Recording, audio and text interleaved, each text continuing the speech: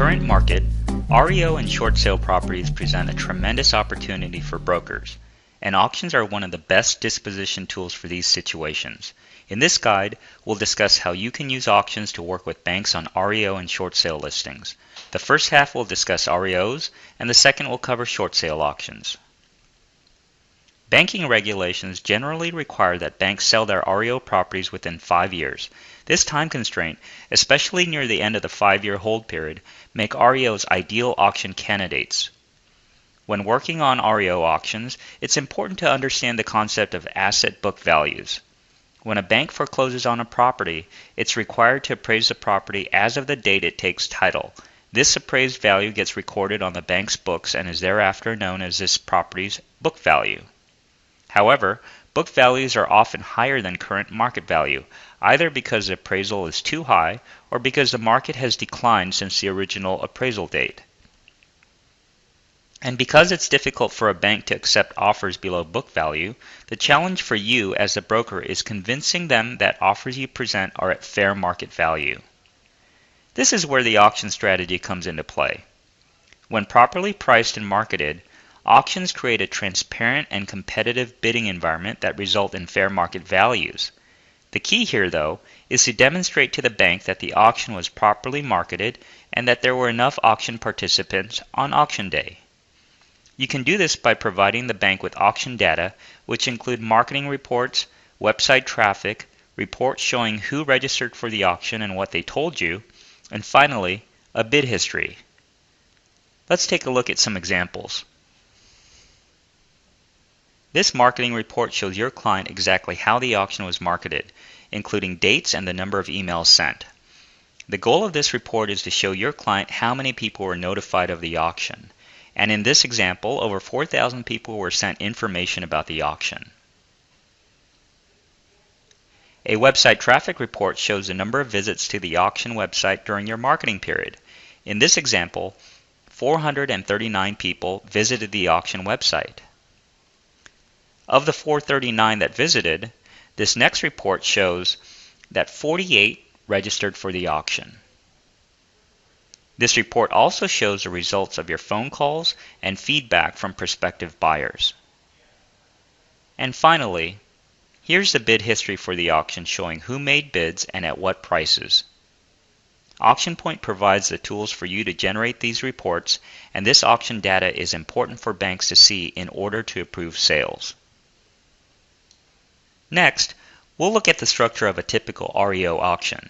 Because banks usually can't pre-approve sales lower than book value, REO auctions will often include a hidden reserve or else be marketed as subject to lender approval.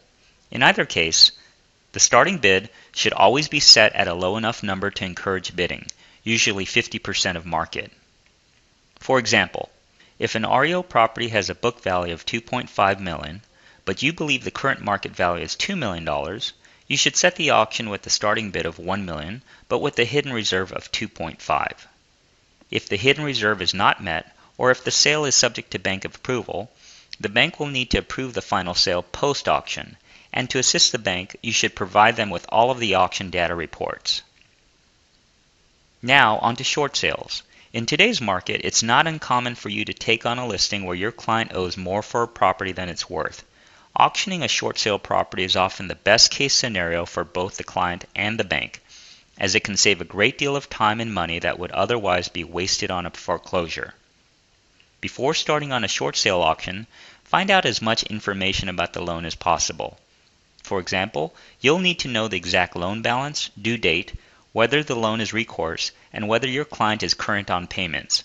Also, you should communicate with the bank to get their cooperation with the auction. In particular, find out whether the bank is interested in being a credit bidder at auction.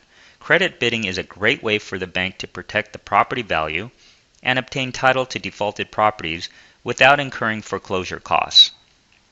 Let's discuss 3 common short sale scenarios. If the loan is non-recourse, the bank will not be able to force your client to cover a deficiency and should therefore be willing to accept fair market value for the property. In this case, the bank may appraise the property and pre-approve a sale at the appraised value.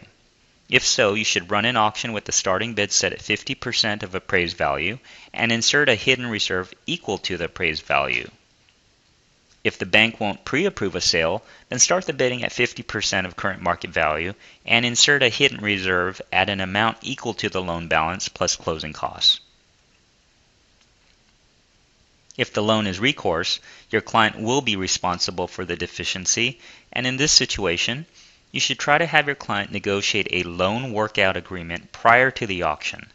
This process usually starts with a new appraisal and includes agreement on how any deficiency between the sale price and loan balance will be handled. For example, the bank may agree to forgive a percentage of the deficiency and may also agree to credit bid up to the appraised value so that your client knows the maximum dollar amount that he will be responsible for. In this case, you'll be able to run the auction with a low starting bid and no hidden reserves. Finally, in a recourse situation where your client is not able to negotiate a workout prior to auction, you'll need to run an auction subject to lender approval or with a hidden reserve set at the full amount of the loan balance. Assuming that the hidden reserve is not met, the deficiency between the high bid and loan balance will need to be worked out between your client and the bank before the property can be sold to the winning bidder. Working with banks can be complex, and you'll likely encounter unique situations not covered in this guide. Just remember to keep thorough records of your marketing efforts so that both your client and the bank know that the auction delivered fair market value. We hope the information covered in this guide helps you better understand how auctions can be used in the sale of REO and short sale properties. Thank you for listening.